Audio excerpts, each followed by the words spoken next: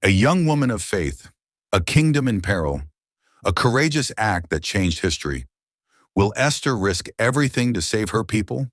Watch to the end to witness faith, destiny, and courage unfold in this epic story of Queen Esther.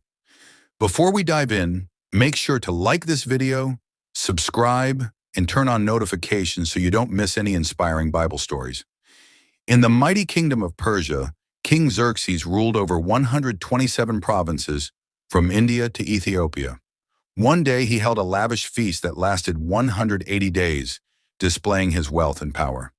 "Summon Queen Vashti," the king commanded. The queen was beautiful, and he wanted the nobles to see her. But Queen Vashti refused. Her defiance angered the king. He declared, "Never again shall Vashti stand before me." And so, she was cast out, her crown taken from her. Now a new decree was sent across the land. Let a new queen be chosen. Among them was a humble Jewish girl named Esther. She was kind, graceful, and beautiful. But unknown to the king, she was also a Jew. Her cousin Mordecai, a wise and faithful man, had raised her as his own daughter. Before she entered the palace, he warned her, "Do not reveal your people or your heritage." For a full year, the women prepared with beauty treatments. Oils, perfumes, and fine silks adorned them. And when it was Esther's turn to meet the king was captivated by her beauty and wisdom. From all the women in the land, he chose Esther as his queen. She found favor in his eyes. The king placed the royal crown upon her head. Esther, a humble Jewish girl, was now Queen of Persia. Meanwhile, a man named Haman rose to power. He was the king's most trusted official, and he expected everyone to bow before him. Mordecai, Esther's uncle, refused to bow. When Haman learned Mordecai was a Jew, his anger turned to hatred. He devised a wicked plan, not just to destroy Mordecai, but to wipe out all the Jews in Persia. Haman tricked the king into signing a decree. On a chosen day, every Jew, man, woman, and child shall be put to death. The decree was sealed. The date was set. When Mordecai heard of the decree, his heart was heavy. "Go to the king," he urged Esther. "Beg for mercy. Save our people." But Esther was afraid.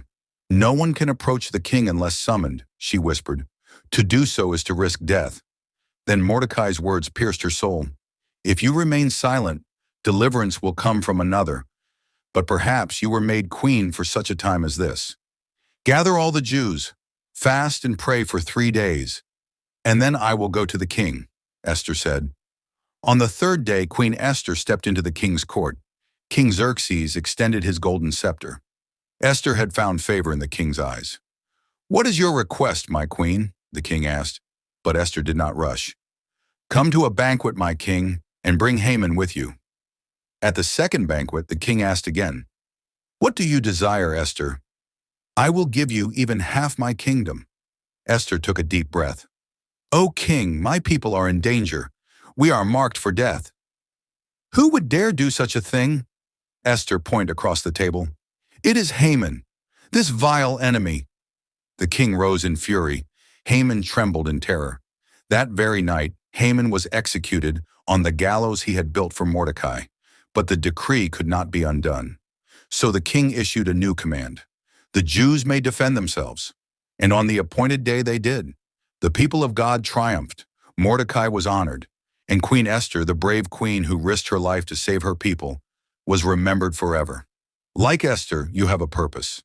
God has placed you where you are for a reason. Even when you don't see the full picture, trust in his plan. Jeremiah 29:11. "For I know the plans I have for you, declares the Lord, plans to prosper you and not to harm you, plans to give you hope and a future."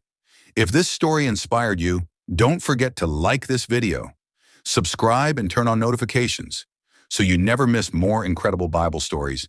And if you love this story, check out our other videos. See you there. Stay blessed.